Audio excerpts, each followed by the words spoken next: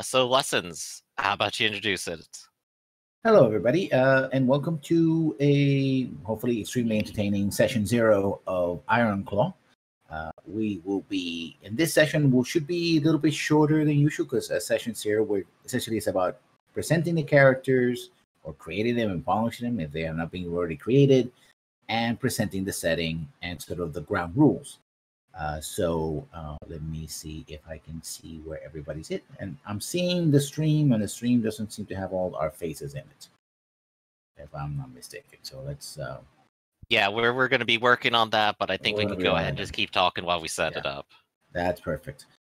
So first of all, Ironclaw, and we have the designer of the game with us, is an anthropomorphic tabletop RPG where you play as different races or species. In this case, mostly mammals, but there's a few birds. In a early to mid-Renaissance setting.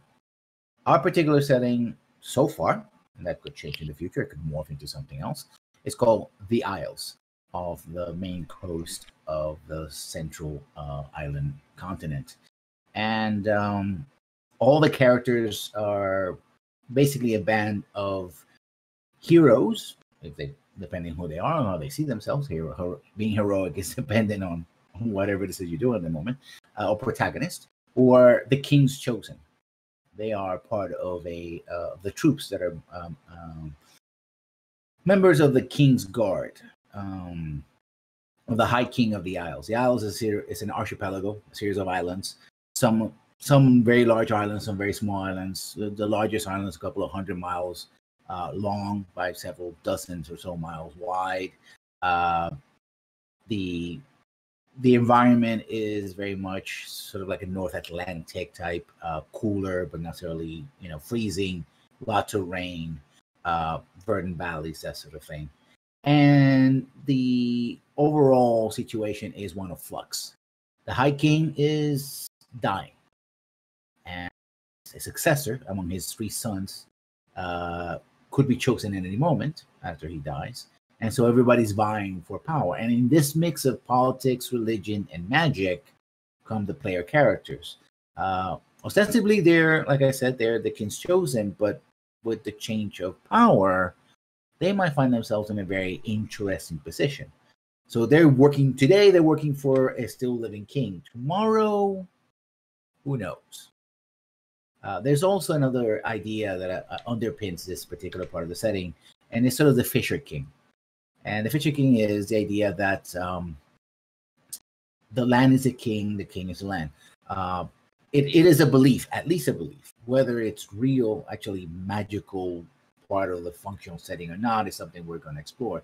But there's at least a belief in the Isles that a healthy, energetic king leads to a land that is bountiful and joyous and just, but an evil or sick king is, the attitudes and the ways the personality of the king is mirrored in the lands, literally, as well as, and vice versa. So if you have an oppressive king, then you have, you have the wasteland, essentially. You have wastelands, you have storms, you have flooding, you have, but not only the land itself, but the people sort of take on sort of this, the folk take on this sort of being mean-spirited and stuff like that. So that's a belief. How true it is, we're about to find out.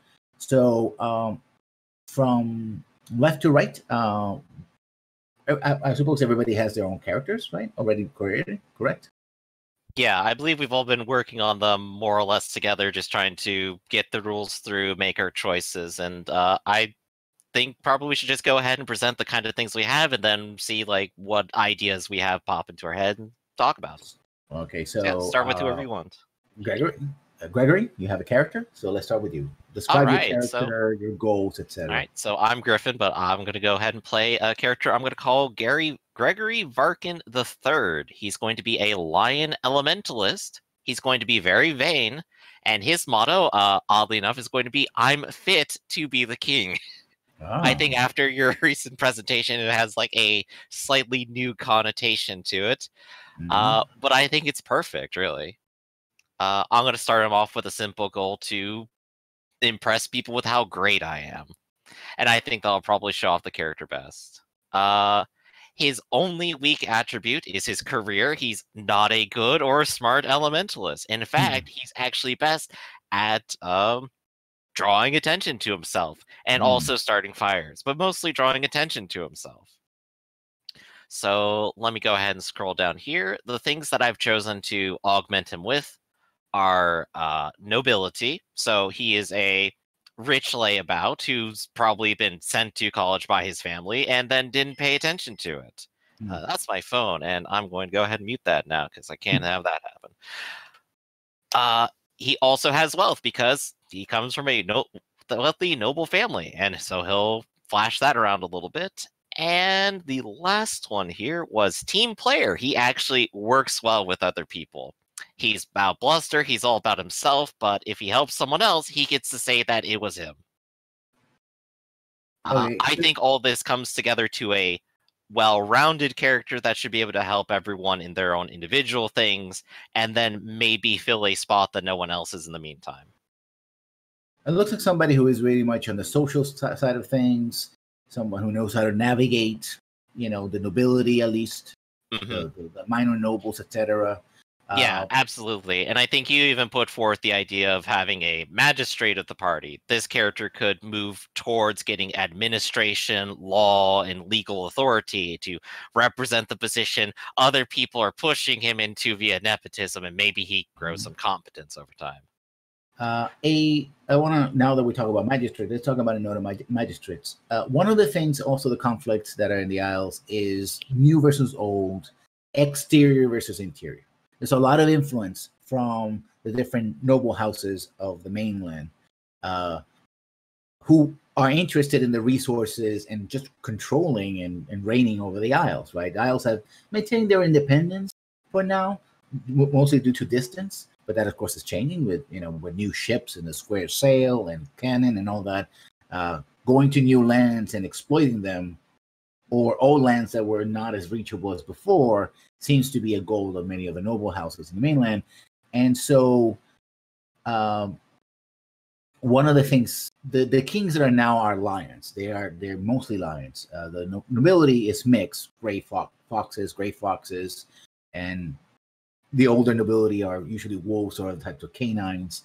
But the lions came over several hundred years ago in another situation of civil war, and they basically took over. And they have adapted and integrated their culture to the culture of the Isles, as things are constantly in mix.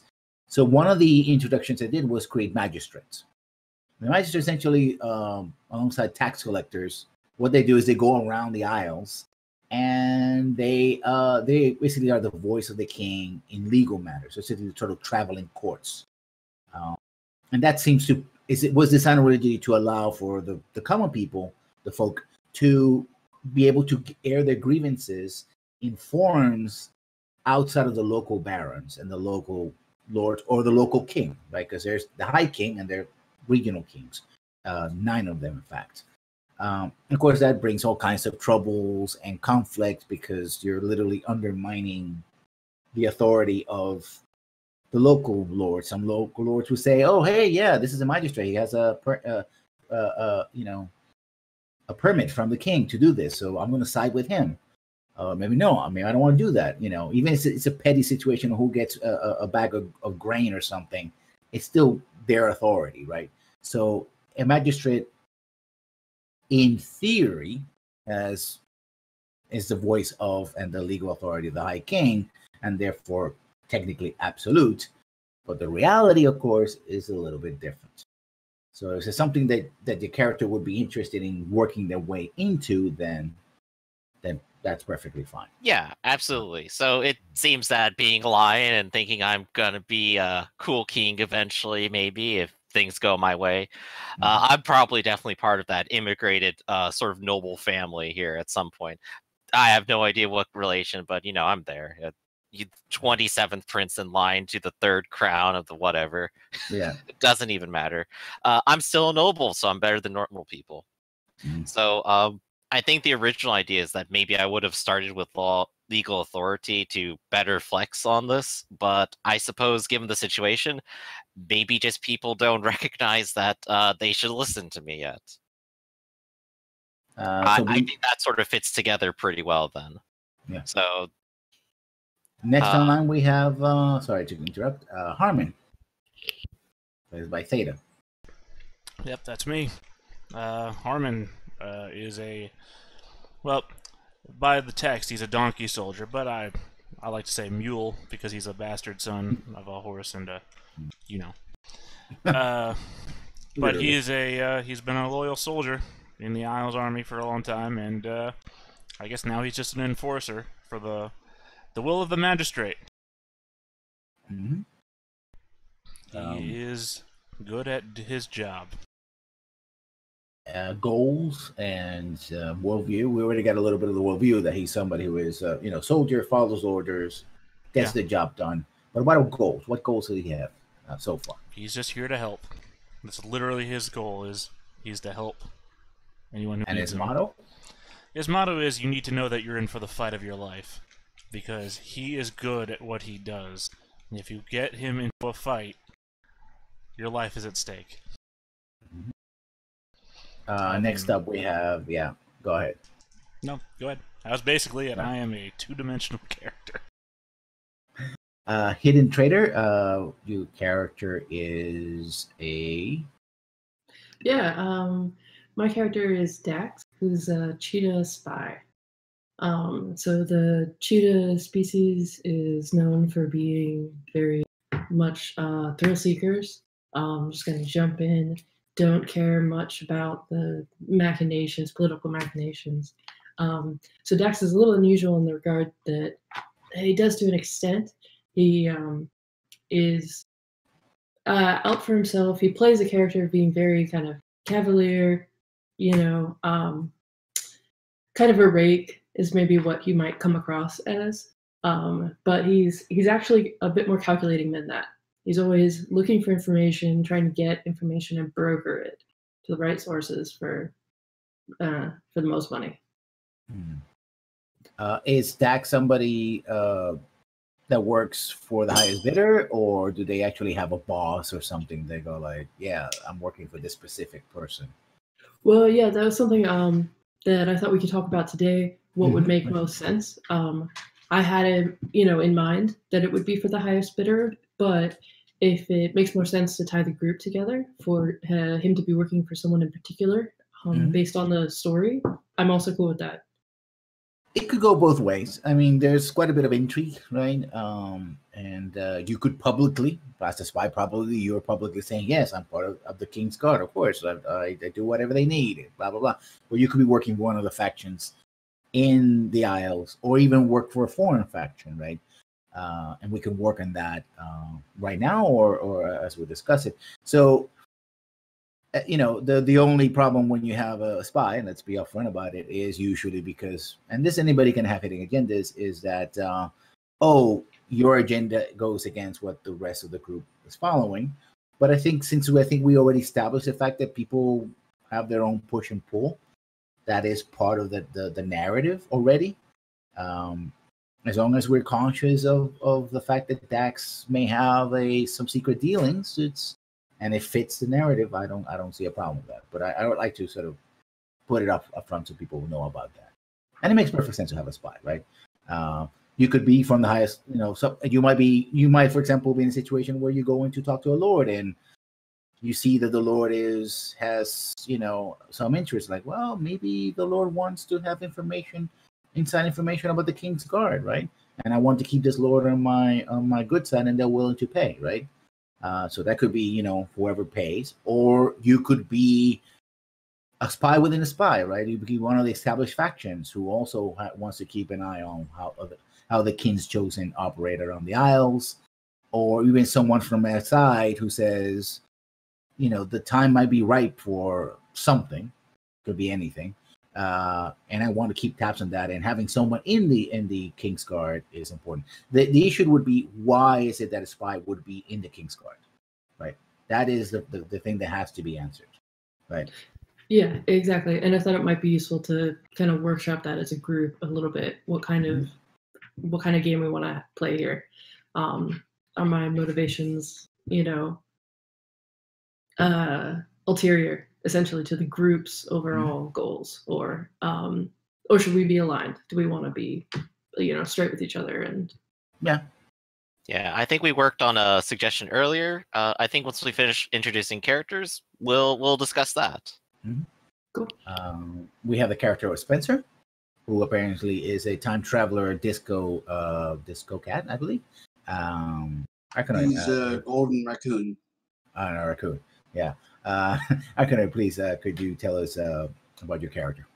Yes, I play Spencer McDougall. He's a purple mage who dabbles in thaumaturgy.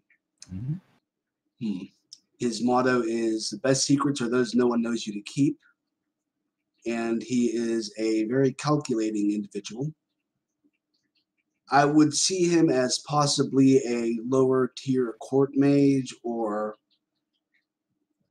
somebody who works for somebody important. You don't get trained to read minds without some kind of official backing, or some kind of permit, I guess you could say, because of, well, I don't know how it works in your world, so I'll let you decide what kind of position he'd be in. Yeah, that actually opens a window to the factions, which I'll talk to bit more as finally we introduce all the characters. But there are multiple factions in the Isles. They're all poised to do something the moment the old king becomes permanently dead, right? Although there are ways to bring them back, but we'll discuss that in another session, perhaps. And so clearly having thaumaturgy as an ability to be able to get information is very important to almost all the factions. Well, thaumaturgy is more of a meta magic. It's magic that deals with other magic. The cognoscenti part, the purple mage, is the one that can eventually read minds, and he can speak to other people without actually talking. He can just. Oh yeah, well, as a purple mage, yes, that would be a very important thing. And one of the things is that one of the conflicts is magical. In other words, who gets to decide how the magic is used, if magic is at all, what is allowed, what is not allowed.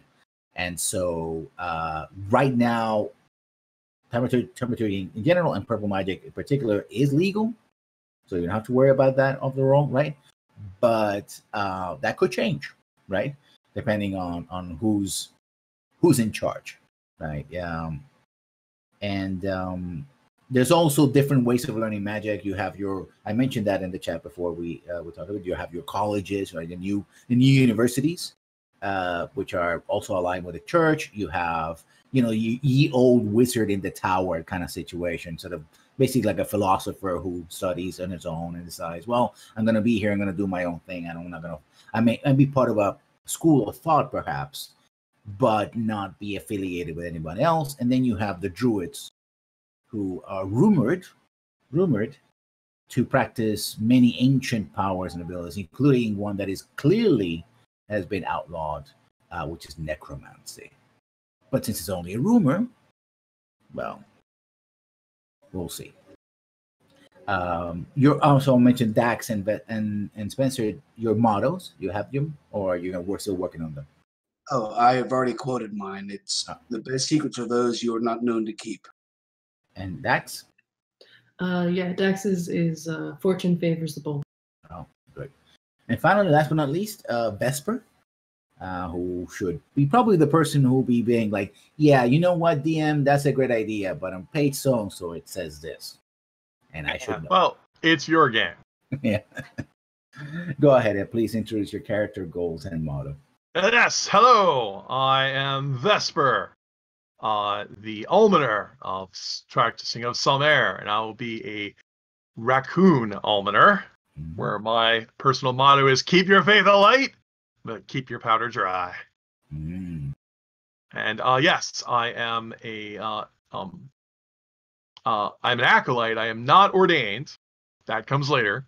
But I practice white magic, the healing magic, as originally set by the Testament of Heloise. I don't know how much some air you're going to have in your universe.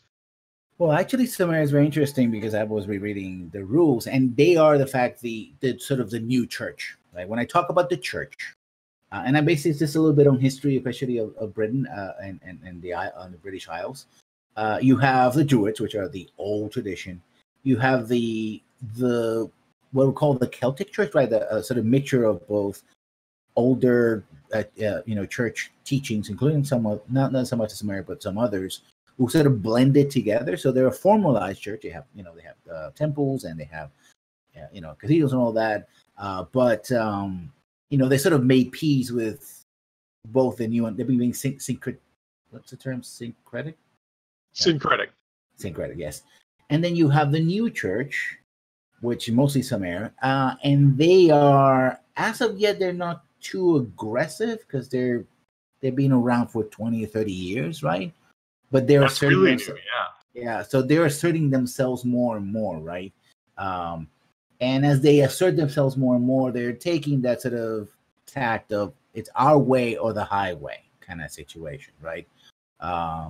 We can't have a lot of rivals here.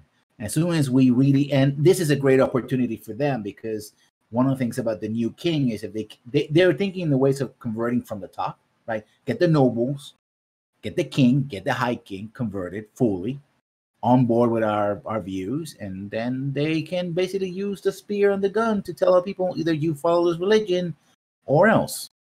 Right, you guys better take your cues from the Pope back in Calabria, through which we are the only conduit, by the way.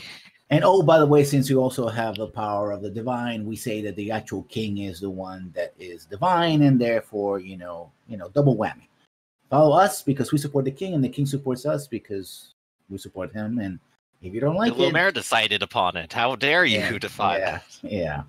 So into that, I think Vesper will be a perfect choice, especially joining the King's Guard as someone who is basically, not unusual people to, of faith to guide the people. Right. Well, I'm not a real. Friar Tuck is obviously the major inspiration for the character, so I'm not that zealous. I am here to help people first and foremost. I'm a practical healer. So essentially, you believe, but you're not the sort of top-down structural person. You're like more, okay, this is a problem. I'm going to solve it. And may my faith guide me in whatever I do. Is that a good summation of the character? That is a good summation. Faith is for the people. Mm-hmm. I see. So we touched a little bit about factions. And this is going to be another thing approach, right? Top sort of generalized stuff.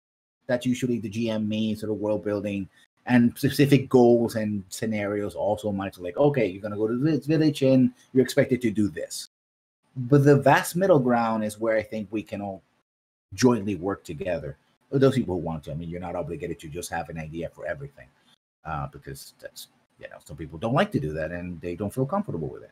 So as much as you feel comfortable with it or not, that you're led to do that. But right now there are essentially 9 factions divided into general 3 groups. You have your magical, and I already kind of explained the magical, the college versus the lone philosopher magician versus the old druids, with the church backing, the Church of Sumer backing the first one, mostly the college structuralized. And the thing about college is that they're kind of approaching this from a scientific perspective, right? Magic as structured, magic is just another part of knowledge. You have your literature, you have your natural sciences, and you have your magic, and all comes to this idea of, this is the way we're moving forward, right? The Renaissance, the discovery of the world and the rules of how they make, moving along a track that eventually will lead to the idea perhaps of a clockwork universe, right? But we're not there yet. Then you have the political, and the political is very simple. 3 sons of the king, which are 3 sons are also kings in their own right among the 9 kings, and roughly divided, they have their own factions, right? One could be said to be very liberal in the sense that they are welcoming of outside influences, the church, the new technologies, for example, gunpowder, the square sail, cannon, literacy, all those good things that are supposed to come from the outside. And it's time for people to get it with the program. And we got a little switch here between myself and Dax. There's another one who is very conservative, more favored with the druids, who wants to keep the Isles isolated.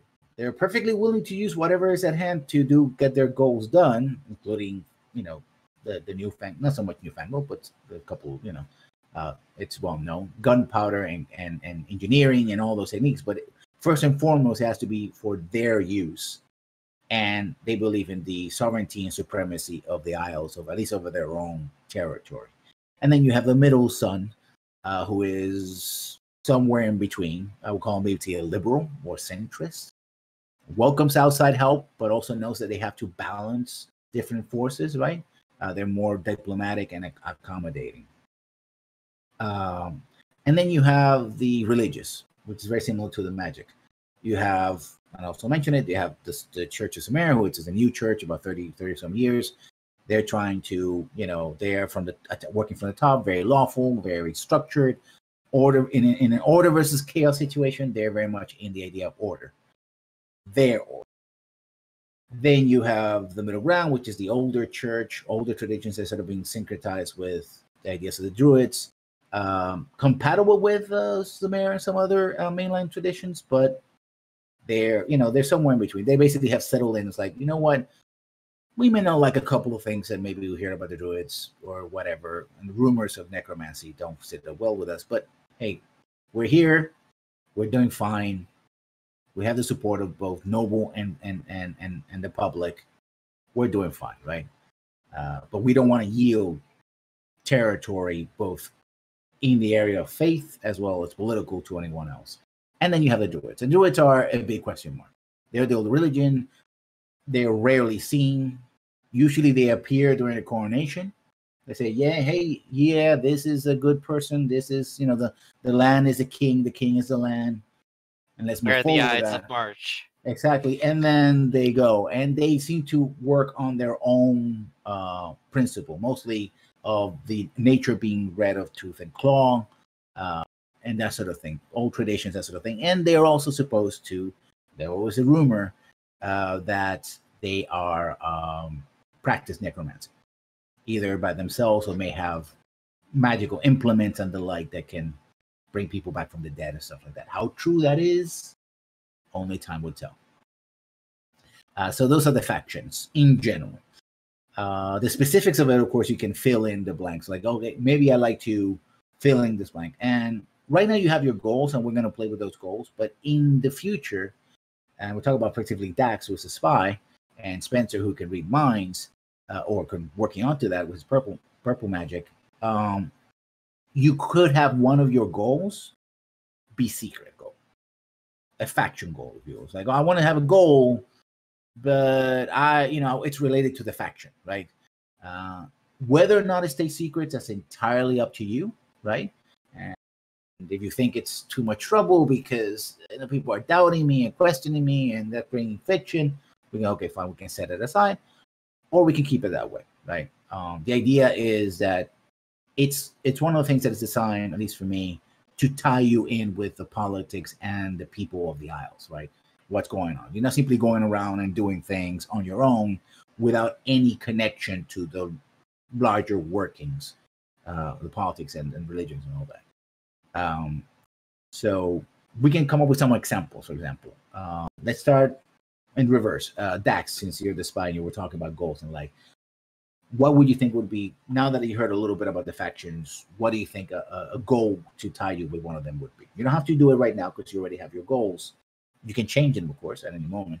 But give you an example of what you think. Okay, I heard that. Now what? I'm a little confused by the question. Are you asking where I see my loyalties lying, or you're asking for just an example of a type of I think goal? Based on what I gave you, and if it's too general, I can try to fill in more on the blanks, of course. What do you think, Dax, from using the goals? So like, okay, I know there's these three kings, could I be working for one of them? Could a goal be to forward one of their agendas, right? Or could I be a spy for the church? Or I could be maybe a spy for a minor noble who wants to sort of finagle his way into power. Or I could be a spy again for a foreign power who wants to, have their say, etc. Right? If I were to write that as a goal, or you were to write it as a goal, how you would do it, right? What? Do you have any ideas that allows you to, Yeah. Well, I guess in general, that seems like that might be a way to kind of have both aspects in play that might to mainly be aligned with the group, but there'd be that ability. Sorry, my dogs are all excited. That ability to occasionally have something that's maybe a little off, and there's kind of leave a little question mark. Would be to be mainly working for someone who is allied with, say, the king, if we're the king's chosen, to maybe be a spy representative of someone who, is an ally. So the church or some other power near the king that in general really wants to see the king's hold strengthened, but whose ultimately it's a little more complicated. I think that could be kind of interesting. Okay. Spencer, since you are Spencer and Gregory, both of you practice magic. Yep. A good question is, where did you learn your magic? I'm sure that Gregory specifically is moving more to the, I would say, organized magic, right? The college style magic. You already mentioned that.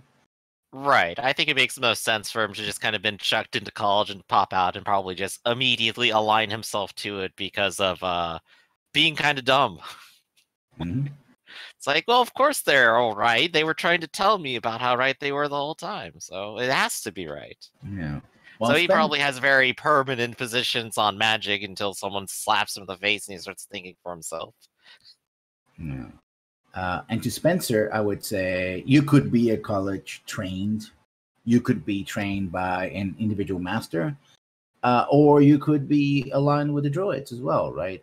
They might have certainly use for this magic as well, right? You may come from that tradition. Remember, that could be a thing. So, what are you thinking of faction-wise? Where do you think you're? Well, I was thinking to go with something different than Griffin, but maybe a independently trained magician, wizard. Mm-hmm. Yeah. I don't know if there's many other wizards out there that know 2 or more schools, but either he studied under 2 different masters or one, very rare example. I mean, yes, you could have one master that also sort of doubles as the prototypical sage, right? That has books and information and stuff like that, and that led you to exploration of other things other than his main or their main. Could be, doesn't necessarily have to be male. You started with them, and it's like, oh, okay, this is good, but I want to check this other thing out. And I saw this one book in this guy's library, hundreds of years old book. I'm going to do that. He's not very good at doing that, or they're not very good at doing that, but maybe someone else is. So you could have started in your independent studies from there, or had another master, etc. Right. So you're basically looking for the philosopher sage or the philosopher mage, if you will, tradition. Right. Okay. Harmon, Harmon, you were very much one of the Kingsmen. But I'm going to ask you something. Would somebody approach Harmon to go like, listen, things are about to get very hairy, and I would love you to be on my side. You're someone of honor, someone who's dependable. You know what? Things are gonna get down, and you're the kind of ally I really need. Somebody may have approached Harmon for that. I mean, what side are you talking? Would probably be on the political side, right? So maybe like a minor, one of the, you met a minor noble or a knight that works for the king who grew up in one of the lands of one of these other, the sons, right? And it says, well, this particular son, he looks like he's an upstanding citizen, so he could make for a great king. and we have to make sure that the land, remains healthy and all that, or it's restored, because right now the land is gone for both droughts and storms and stuff. As the king gets sicker, so does the land, and there's been flooding, and there's been more monster attacks and more bandits. So there's a increasing sense that things are going wrong, not only the political fear, but also literally in the Isles. So maybe somebody tapped you and going like, hey, listen, Harmon, things are going to get pretty hairy, like I said. So I would love to have you by my side when the chips fall down. Right, what I meant by what size, I mean, are you saying, would Harmon be able to be sold on being the Kingslayer, or is Harmon... More like, it might come to, right now, the suggestion is it might come to blows, right? That the succession might be smooth. Because the way you succession is, and most of the things is there's a moot, right? All the kings elect at least one of their own, or a third party said, okay, you're going to be the king, right? Usually they do just confirm whoever the king decides is going to be, well, former king decided who's going to be the new king. But since we have this question of the three sons and who's more eligible, and they all have their political support, it might decide that someone might decide to just take it by the sword, right? In which case, whoever is tapping your shoulder might be saying, hey, be ready to, march into Caer Tolwyn, which is the palace and the capital, or help defend Caer Tolwyn from whoever tries to take it by force, right? I mean, I think Harmon would follow whoever has the most rightful claim to rule, and if anyone was tapping him, they would have to prove that. I mean, if it's all up in the air about which one of the sons has the most rightful claim, then it seems to me there'd be the, whoever has the best claim. Harmon is basically completely undecided. Okay. Well, no, I mean, if there's like an elder, or like a firstborn son, or a son that has the most political, whoever has the most legitimate claim to rule, Harmon would be on their side. But you're saying if somebody were to tap Harmon, well, Harmon is also an idiot, so he could be easily swayed by the not knowing anything. That's what I mean. He doesn't have a principle. He's deciding what side he's on. He's going with the flow of it, ultimately. Right. Whatever seems like the right move, based on what he knows from his experiences as a soldier. He's following the. He doesn't care that the Isles are being ruined from the belief that the king's health is ruining the Isles because the king is dying or whatever. He's following the king. That's his job. He's grown for this, so he's following that all the way up until whatever happens. So you might just be like some full loyalist kind of thing. Yeah, if there's a loyalist faction, I'm in it. So you are literally the king's chosen, right? And whoever happens to be the king, you will follow it. I am a veteran soldier for whatever this isle has that regards veterancy. I am 100% the king's man if there is a thing for it. Yeah. Okay. So it's not something that has happened yet, but we can put that in the future, like there's something that could happen in the future or will happen in the future. And Harmon would be open to whoever has the most persuasive argument, I suppose. Like I said, I'm an idiot. Then you just look over at Gregory and he's just like, Harmon, pay attention to me. I have very high presence and I'm very loud. My argument's the best, therefore. And Vesper, as a member of the church, or the new church, as we're going to call it, Church of Samir, you do know that whoever happens to finally wrestle control of the lands, the Isles, there's always going to be suffering for the people. There's always going to be there's going to be upheaval. Already people are suffering, right? Because of both the floods, the last year's floods, and then the droughts that came the 2 years before that. And they're looking to get worse. So if I get this correctly from the identification of your character, what is his what's his take on the situation first? I want to know his take on the situation before we sort of decide whether or not he actually has a particular faction. Look, the people are suffering, and anything that reduces the amount of suffering in this world is something that should be done. Mm-hmm. I mean, there is going to be a fight, though. So which fight is the least suffering? You know, I don't. From Vesper's point of view, the shining light of possibility and creation exists in everyone and everything. No good can come of war. Mm-hmm. So I'm pretty much in the anti-war camp.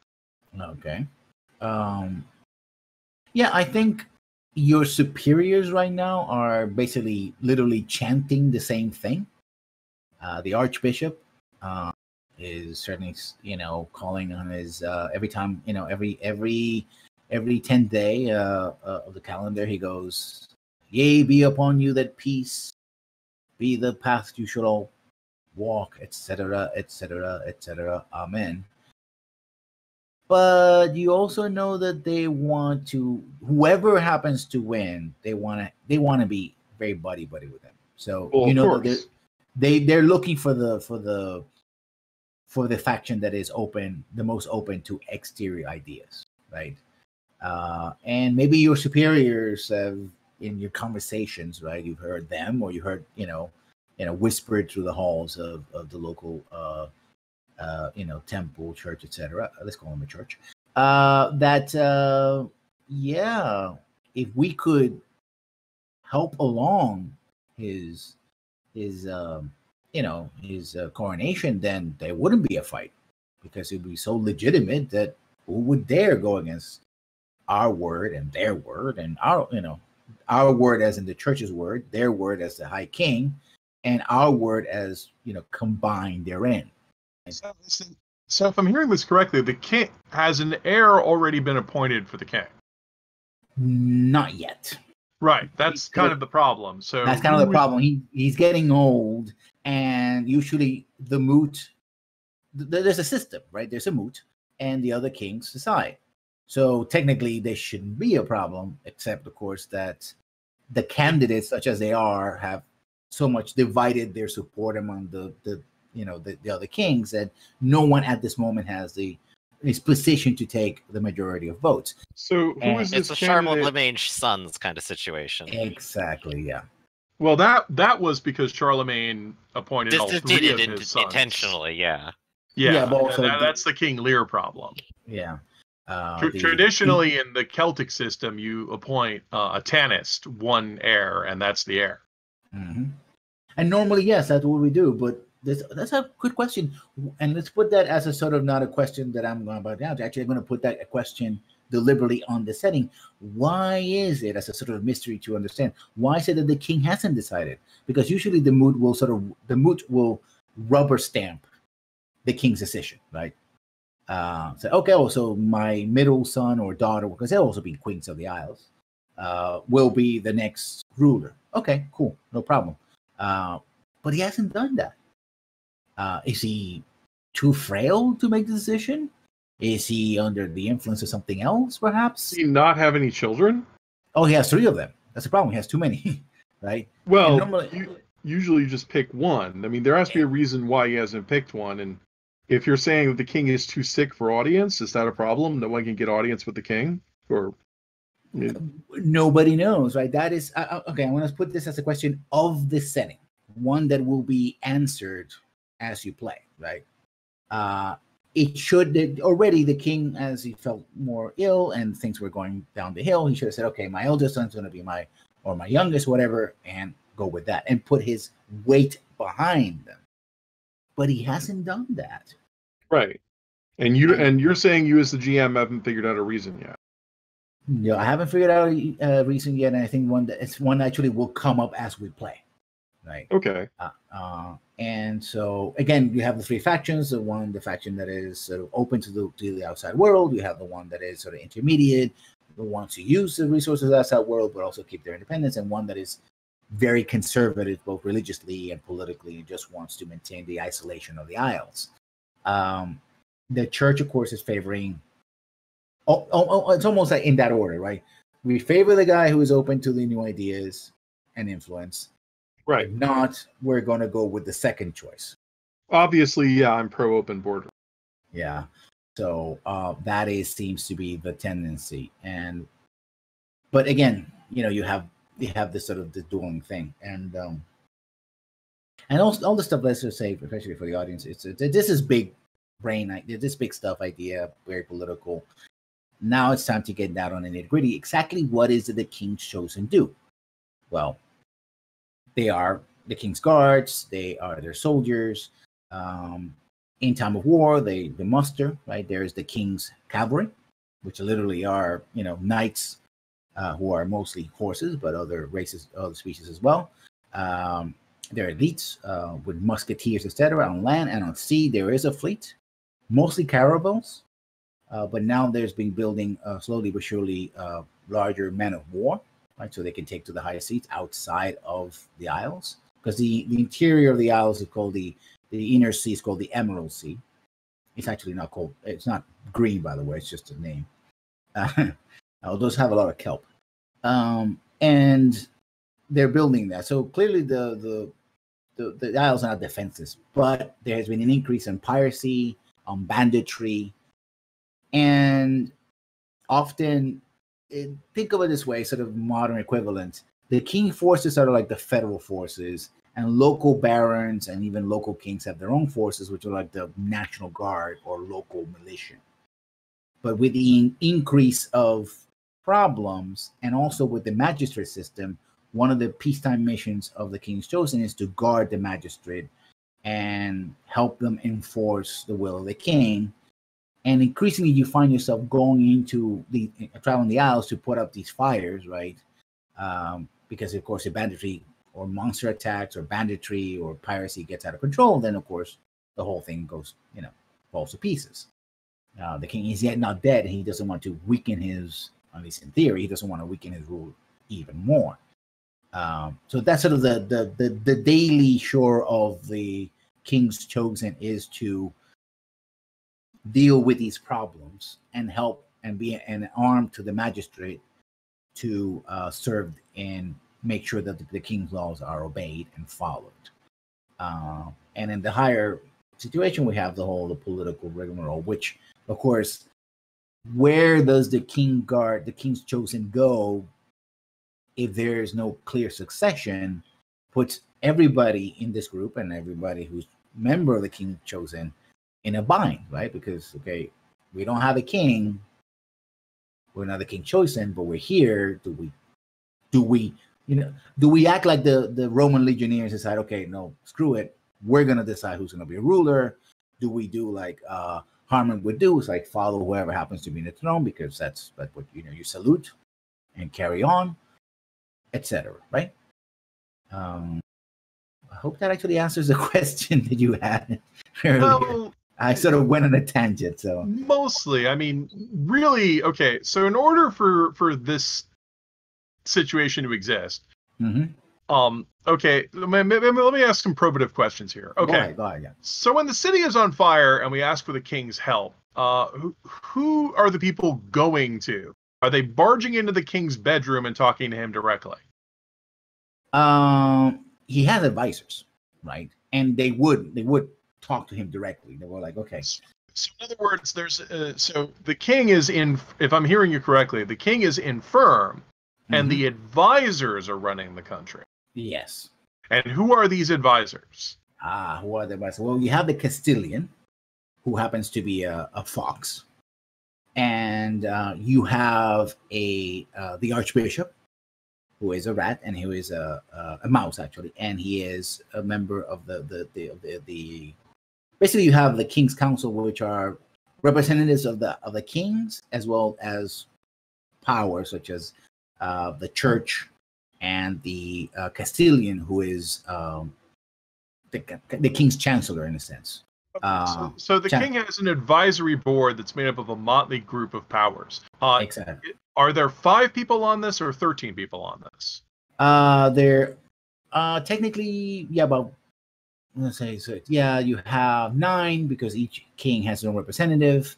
You have the church, which is a 10th, and you have actually 11 because you have the. So there's 11 people on this body, so people can't get audience with the king. They get audience with the 11, and so in other words, the advisors have told us that the king has not appointed a successor, either because they're being malicious about it and deliberately not telling anyone and keeping the king sequestered, or the king is so infirm that they can't actually make a judgment. When was the king's last public appearance?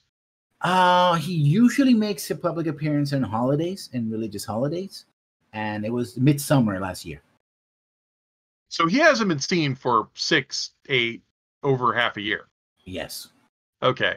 And has never, ever appointed a successor. How old is he? Like 14, 15? The current king? No, he's in his, more like in 60s. So he's in his 60s, and during all this time, he's never appointed an heir. Apparently, he never felt that it was necessary. He used to, the rumors were he was favoring his elder son, who is usually the more liberal of the 3. So there was the heir apparent. But the problem is, after a while, they usually have like a clear, an announcement.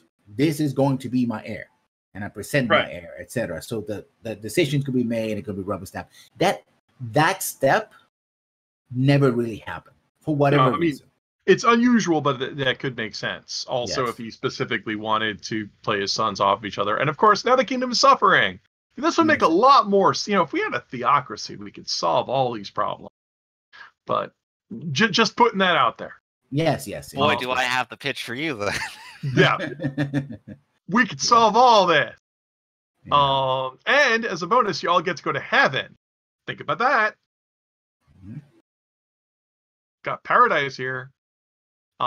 So, okay. Well, yeah. So this makes a lot of sense to me, because it would be in the advisory. The advisors are probably all trying to get their chosen heir and jockeying. Yeah, this is just a big cluster. So, that makes sense to me. But I do want to emphasize that I didn't build an ordained character, so I'm not actually a priest. Okay. I would have to level up to priesthood. Yeah, that's perfect. This is not going to all happen like tomorrow. We see the head of the king rolling down the stairs of the palace. We're like, so now it happened. It's not going to happen just quite yet, but it is.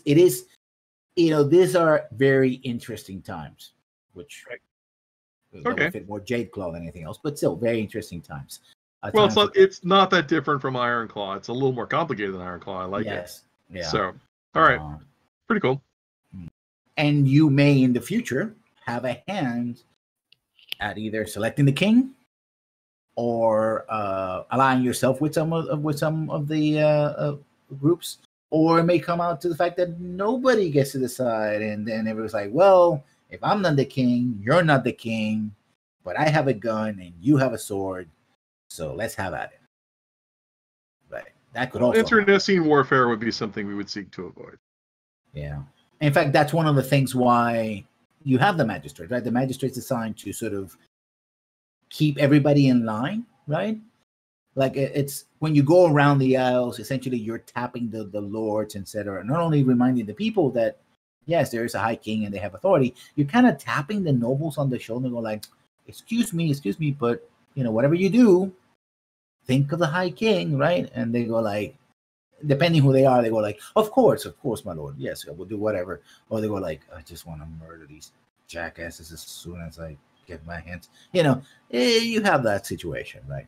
So there's always turmoil, even if things appear to be nice and sunny on the surface, which clearly they're not in this situation. So based on all of that exposition, your take on Vespers, what we take would be better to have the church in charge.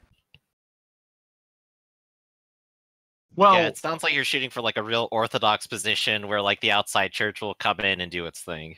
Well, it also depends, because I picked Vesper as a character because he is interested in the common good more so than his own political ambitions. So I know I was a little glib there about saying about the theocracy, but Vesper is more interested in spreading the good word. He could change into a completely different character. This is a very different setting, one where the church is not an existing power.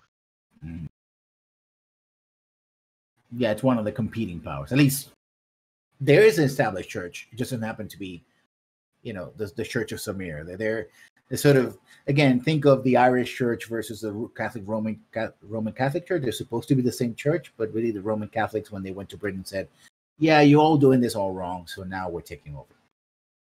Yeah. So there was a sort of a clash there, and eventually the Rome established itself until, a certain king wanted to have sons, but no wives. So he decided to become the Pope and the king at the same time. But that's a possibility as well. But that would be in the future as well. Yeah. So with all that established, let's talk about generally your mission. We're not going to have a session today. Session's here. We're not actually going to have an adventure today, but we're going to lay the groundwork for the first mission, and get you to be on that sense. You will be on the road. You'll already be in one of the on the larger islands, the Isle of Corwin, and you're basically going to deal with what seems to be a minor problem of banditry in one of the local baronies, right? There seems to be this particular barony is very important because there have been newly discovered tin and particularly lead mines, lead being very important for shot, bullets, and even some hints perhaps there might be some iron mines as well, all which are very important for the economy and also for war making. And this idea of bandits operating in the area doesn't sit well with your superiors, which they want to deal with it. They want to nix it in the bud, and so you have been sent to deal with that. Basically, in essence, particularly Gregory and Vesper, you are, and even a little bit of Spencer and Dax as well, you're kind of being tested, right? You're being put out in the world. Gregory got a commission in the King's Guard to be sort of a magistrate to beat, right? Like, let's see how you handle these problems and see if you can actually earn your title. Vesper, the of course, best, so I can do anything, and it's not just nepotism, we swear. Yeah. Vesper, for example, is the idea that, hey, the people need their guidance, and these people are under assault by bandits. They really do. Why don't you go and deal with that, Vesper? They will see the light of the church illuminate through your hands and actions. Spencer, always using your abilities and putting them to the test, especially with figuring out what exactly these nobles are all about. Your superiors are very interested. That they're probing, right? That they want to know who is what and where, right? Where their loyalties really lie, and when the chips fall. And the same thing with Dax, right? They want to know who's who and what they're doing, right? And based on that intelligence, they'll make the next moves, right? Because one thing they don't want to be caught is, oh yes, we support this person and we think this baron so and so is going to support us, but it turns out they didn't. They say neutral, or they went to another side, etc. And it's like, damn it, we were counting on that jackass, but now, well, let's not insult Harmon too much. We can't work with him. So that's the setup to the adventure. Now, we covered all the introductions. We covered all the characters. Are there any questions that you guys have for right now, or moving forward, or things you would like to see based on the information so far given? I think the obvious question that's been on my mind for a while is, like, given that we're in the Isles, how prominently, like, boating from one place to another is going to end up being, because obviously if none of us are capable of swimming, we're all going to drown and die immediately. or flight. Such is luck. Yeah. Well, yes. They're.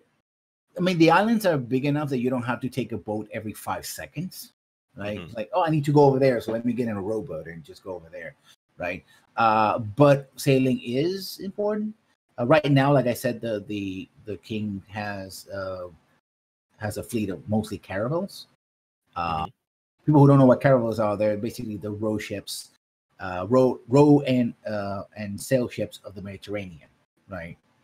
And they were very popular even in the late Renaissance for waging war and transport. And they actually could carry guns normally in the bow, right? This big hunking gun. You especially point the entire ship at the enemy and blast them out of the water, compared to the ships of the Age of Sail, which have these increasingly massive broadsides. Those ships exist, like sloops Mhm. and other ships. Think the ships that Columbus made the trip across to the Americas, right? They were not galleons yet. We're not yet in the area of galleons and men of war, at least in this part of the world. Yeah, no 40 cannons strapped to your vessel Yeah. just yet. But bigger ships are coming, right? And they're being shot before. So, for the King's Chosen, traveling from one point to another is not really a problem, right? Mhm. If they need to go, like they're on an official mission. If you're doing something by yourselves or the situation changes, well, then you might have to acquire a vessel Right. of your own, right? So at least having one person knows navigation to navigate, and it's not completely, doesn't feel completely a complete landlubber would be a plus. Yes. Yeah. So far, I'm leaning towards like a little bit of swimming because you can feel some magic with it, and vehicles is always good, especially if we end up, say, doing something on a boat. Mm-hmm. So, of course, I do recommend everyone just kind of think about that too. Yeah.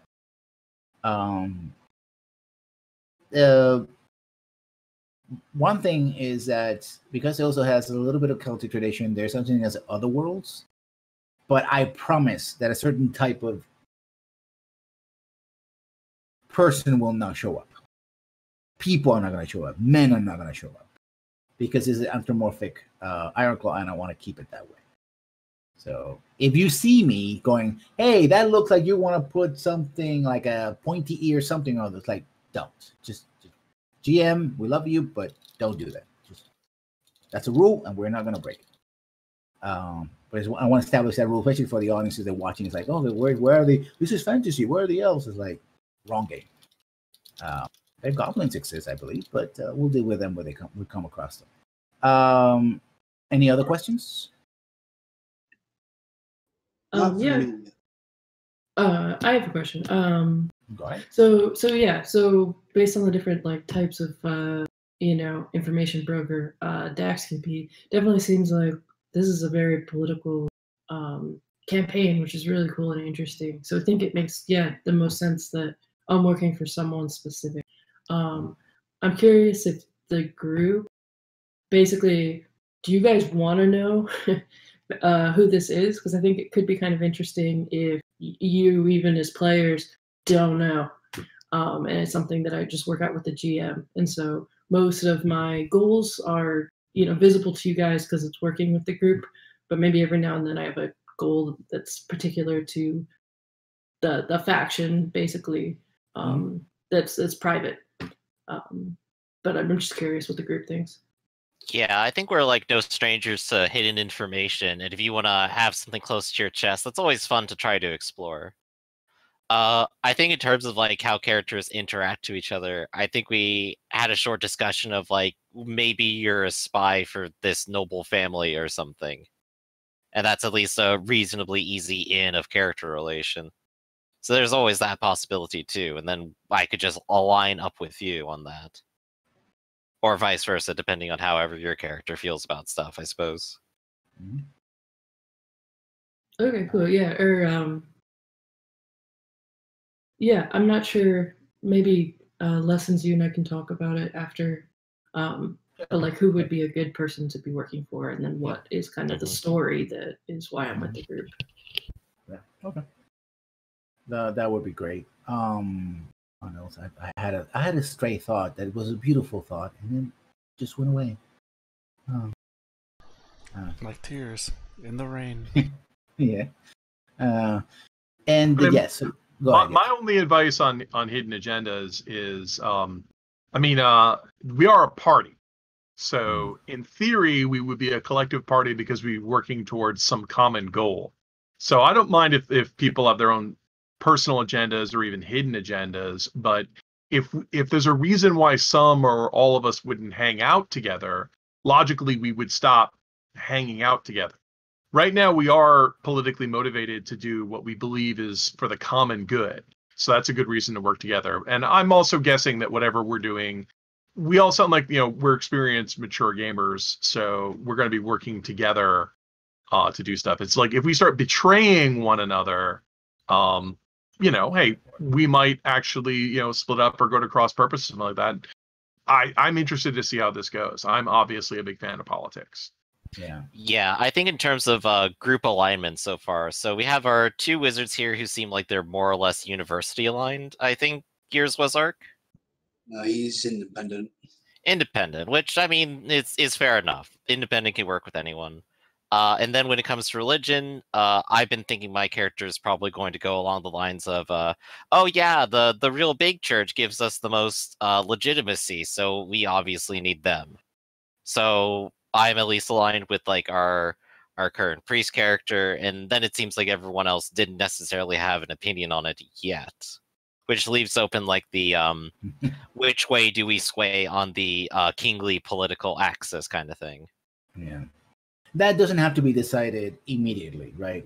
Guys can see Right. how the things shape up. It's like, oh, based on the GM, we did this, and this was the reaction in the story. That seems to be something that goes on, right? You don't have to have secrets at all. You don't have to have secrets immediately. You could, you can at any moment say, you know what? And I'm talking about party unity. I think more of the sort of secret agenda is more of as an expression of the character itself, rather than a motivation to go against the general party idea, right? Like I'm here, but there's something other people don't know about me that motivates me to do that beyond or addendum to what's already on the table, rather than necessarily a source of conflict, although it can also be that as well. But that way it's like, yes, maybe I don't agree with other people, but that doesn't mean I won't work with them because, we still have a general, I have my own reasons for doing this that maybe I don't want to share for whatever reason, but I still want to do it. And I'm going to work with them, right? Maybe I'm afraid that if I reveal them, they might not want to be with me, but that's part of the give and take of the players. I would always advise people to be, as players, to be upfront about it, right? This is, don't, you can say as a character, yes, my character has a secret. As a player, it's like, yes, this is happening because I don't have to reveal the secret, but it's happened because I do have a secret motivation, and we reveal at some point if that chance happens, right? That way we have the lines of communication open and hopefully doesn't actually enriches gameplay as opposed to interfere with it. Okay, one thing I was going to say was the word that I had in my mind is not the mind the word that's in my tip of my lips, which is foreshadowing. No, it's when you have think about this is what happens when English is not your first language.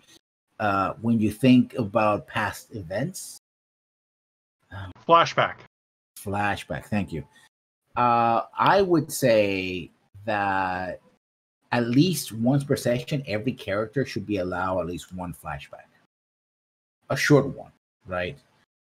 Because we're talking about goals, especially talking about different factions, instead of constantly saying, okay, no, we're going to have 20 minutes where you're going to leave the group and talk to your boss and they're going to do their thing, and everybody's sort of going like, yeah, okay, I guess I go and get another pint at the inn, whatever, or I'll go, practice my magic in the back of the field, what have you, while they do their thing.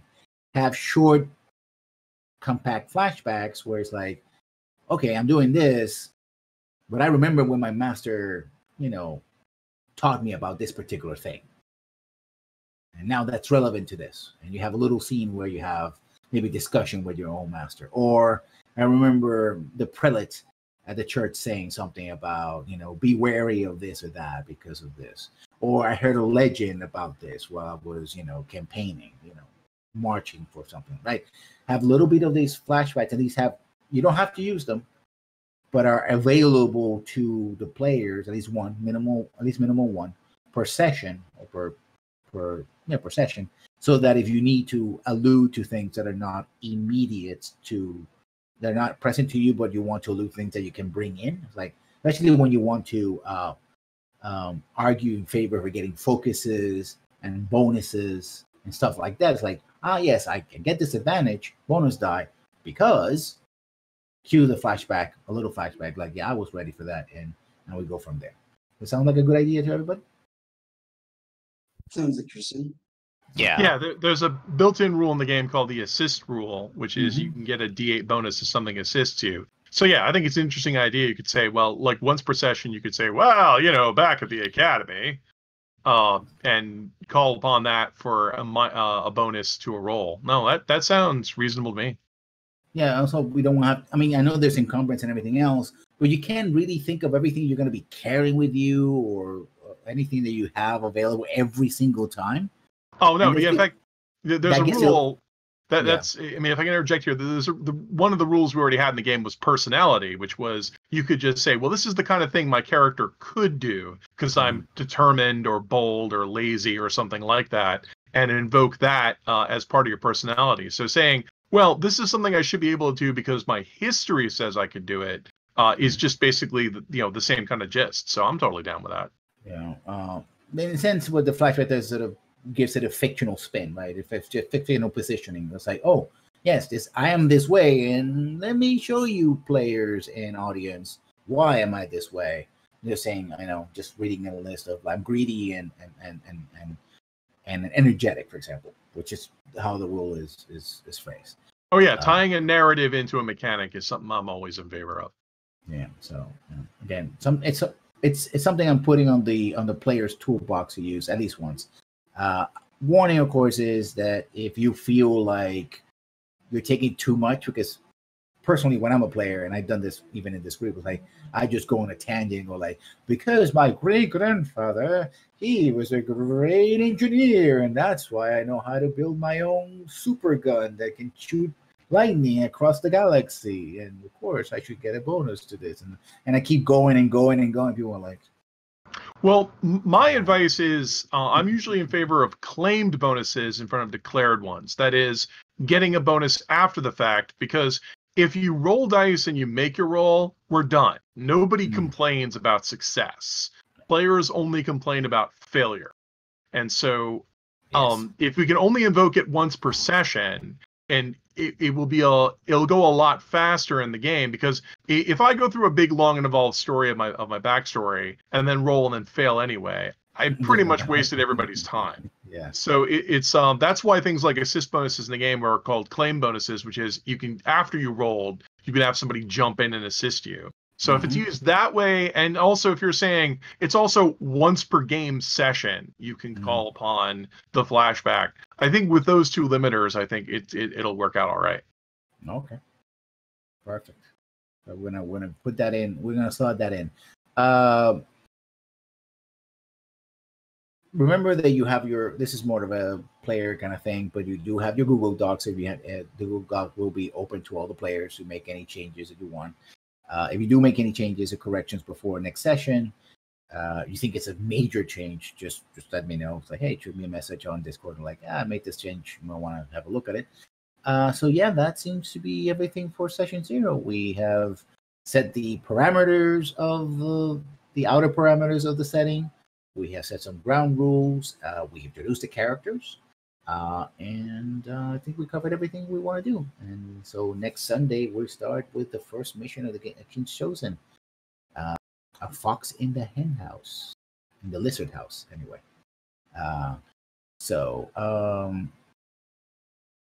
Everybody, I think this is the part where everybody gets to just say who they are and bid their farewells, unless there's another thing you want to add to this. Anybody wants to add?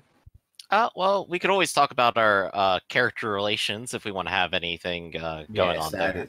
That's important as well, yes. Yeah. So, let's delay that part about saying goodbye just yet.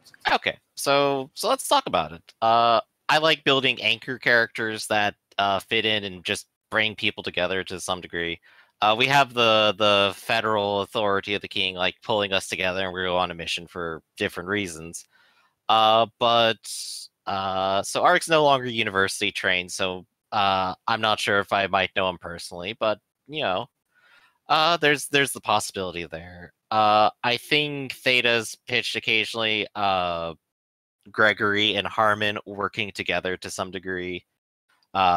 Basically, I call the shots and he murders people, which seems to work out pretty okay. He's a big guy. I'm pretty big and strong too. I'm just not a fighter, so there's some relationship there. I think that we can work with Theta, right? Yeah. Yeah, so I think we like how that kind of works out. And when it comes to our spy Dax here, Hidden, I was suggesting previously maybe they work for a noble family or something. Could be mine. You were suggesting I help bail you out of jail every now and then, which sounds great too. We could just end up being friends instead. And it's like, oh, you're put out here to do this mission, huh? Funny that. Yeah, I think it's definitely a possibility. I'd be curious what the options are. So before we maybe land on that, Yeah. maybe lessons of you and I can sync up on live. And then if it is that, I'll totally let you know, and Okay. you'll have more information on my background than Yeah, we can always the other fall back players. on that. And then when it comes to our priest here, I'm basically thinking my character just goes straight Orthodox. So hey, you know, there you go. We already have some kind of relation. We're friends through the church, probably. You know, I'm Let's not see. Orthodox, right? Oh, I thought you were because you were supporting the theocracy sort of idea, right? Or Well, at least I you were was teasing about it. I was humbly suggesting that's probably where I would start, but I'm not a hardcore penitent. I'm an Orcam. If these are still relevant to this setting. Yeah, I mean, as long as they're part of the larger Church of Sumeria, yeah, the Sumeria. Right, sorry. but if you had to like fish for religious authority, you would probably say like, oh yeah, you know, like the Pope back in Calabria or something, right? Yeah. Well, there isn't in the default Ironclaw setting there isn't divine right of kings hasn't been recognized yet. But what better place to try it out than the Isles? Yeah. And if the experiment works well there, then You know, I can't help but notice. It's one of my favorite quotes from Epicurus, which is like, "Hey, Socrates just said that Albacides should be king of all of Greece. I need to go tell everyone." I said, "Who was that?" "Oh, that was Albacides." Yeah. So, it depends on how serious things get. Obviously, I'll go with the greater good, but who knows? Maybe these pagans have something to say. They don't believe in heaven; they believe in a certain kind of reincarnation, which is something different. okay. Anyone else got something they want to pitch for relating to another character? Nope. Yeah, tough sells, huh? Well, I mean, I know you. That's where I fit in. And if you know everybody else, that works for me. And I'm a preacher. I'm going to get to know everybody. I'm easy like Sunday morning. Yeah, so we can work out the rest of it as we come to know each other. Then that sounds good. Yeah, as I said before to Spencer, the fact that your magical abilities point to the idea that other nobles want to, dig in, right, into their rivals is very important. Right. But also the fact that you're traveling across the Isles and get chance to look at hidden lore and library knowledge, right? Since you're from the independent school, it's like whatever makes me more knowledgeable, more powerful, more helps me in my pursuit of those things, then of course I'm going to follow it. And how better way to do it than to have a permit from the king that says I can go anywhere. Oh yeah. Yeah. So why am I going to fight the powers that be when the powers that be can help me, right? So yeah, and that puts everybody in the thing. Okay. So before I again announce, go ahead. Sorry, yes, I just had one last question. Speaking of which, so we have the permit from the king to, go out and do these things. Are we a newly formed group, or have we been working together? Yeah, you've been working together for a while. Let's say that because you're part of the King's Guard, right? The King's Chosen has been around for several generations now, right? Isn't this particular king decided to upend everything, right? But yeah, you know each other. There's not gonna be you meet in the tavern and it's like, oh hey, I have my King Chosen badge. You have a King Chosen badge. Hey, badges. It's not gonna be like that. You already are working together and know each other. How much you know each other personally, I leave that entirely up to you. But at the very least, you have worked together. Maybe share barracks together, etc. At some point, or know each other, right? So one of you might end up being the sort of D'Artagnan to the rest of the Musketeer. D'Artagnan, actually, that's the way you pronounce it. But not everybody. So you're not complete strangers. You're going to be the person who walks into the yards like, hey, you're a Musketeer, and oh yeah, you're a Musketeer, and that guy's a Musketeer. Well, I guess we're going to hang together because we're all Musketeers, but we've never seen each other before, right? Not that kind of situation. At least, not exactly. Yeah, I'm a bit tired of everybody meets in the end kind of situations. Like, it works when you have nothing else to. Yeah, we know why we're here situation. Yeah, I'm a fan of like, oh yeah, and then we work together because we're supposed to. The either you play or you go home solution. I mean, in theory, in theory, we could be playing anyone, but you don't play a random peasant because a random peasant doesn't go on adventures. So we're adventurers. We're telling the story of people who are together. So, yeah, I'm down with it. Mm-hmm. So one more thing for anybody? Well, I did have a quick question for you. Go ahead. My character sheet is longer than one page on Google Docs. If you don't need edit access, I could just put in a hyperlink to my Dropbox page so anybody could see it. So that way I'm not trying to keep track of two different sheets. Mm-hmm. No problem. Okay. Yeah. I'll go and fix that right now. That way I don't have to come back to it and look for it again. Yeah, I just suggested the Google Doc because to everybody be on the same page, and you can reference, and I can look it up very quickly as well. Just look at the one page and make it a nice, easy source for you to look at. Yeah. That's what I want to do. So compared to the lack of page in Roll20, which, to be fair, making a Roll20 page if you're not somebody who actually knows your CSS and your JSON is a pain in the butt, to say the least. I know because I'm trying very, very hard. And, I'm not in a position to actually pay people who actually know what they're doing. Yikes. But that's the story for another thing. So, we have that question. Anybody else? Euler? We're all good. Okay. So, yes, thank you, everybody. Thank you for the opportunity. Of course, I am Lessons, and I'll be the GM. Theta, it's back to you. Well, are you sure? Because is that Lessons with like a 1 at the end or something? Yes, lesson 1. The lesson 1 is important because I am a Twitch streamer and I'm still playing Baldur's Gate DLC Dragon Reach. So if you want to see me blasting fools with fireballs and cloud kills, ye old-fashioned way, I use the 2nd edition way, join me Monday to Friday at 8 o'clock, at 9 o'clock, and 2 o'clock Eastern. All right. Thanks. And I am Theta. And if you're watching me, you've already found me. So there's not much more to say. Passing it on. I'll go ahead and take it. I'm Ben Griffin. And if you want to see me run a game, we got Urban Jungle coming up next. Just go ahead and pop back in at 5 Central. Take it away. I don't know where we're going, but I can go ahead. My name's Shannon. My handle is Hidden Trader, and I'm mainly a board gamer. I don't stream that much, but I am streaming in Hackmaster Sundays before this game, and soon to be in Alien, which will be on Wednesdays. Yeah, Spencer. playing Spencer McDougall, the Raccoon Purple Mage. What else did you need to know? Had a Whatever shout they out say. you want to give? Any shout outs you want to do again? I have no shout outs, so I'm all good. Oh, okay. And finally, our gracious designer of the game, who has One of the designers. one of the designers. It's a more than it takes one person to give birth to a good game. Go ahead. Yep.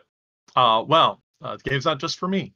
I'm Norman Rafferty. I work for sanguinegames.com, which makes Ironclaw. We also made the Myriad series, and from now until July 31st, 2020, so if you're watching this in the future, the Myriad Unbound set is available for free download. It includes Myriad Song and the comic book Myriad Quest. So Matt Howarth, Carl Critchlow, Norman Rafferty, hello, and a bunch of other people worked on this. It's, if you're a big fan of new wave science fiction, such as Guardians of the Galaxy or Valerian, or where Warhammer 40K comes from, it's a pretty cool fantasy thing. And like I said, it's available for free download because we know we live in interesting times. Okay, that seems to be everybody. Thank you, everybody, for joining us, and we will continue next week with session 1. Like I said, the Fox in the Lizard House, as our intrepid members will try to figure out exactly who the bandits are and what do they want. So thank you for coming, and as always, we'll see you. Bye, everybody. Take care.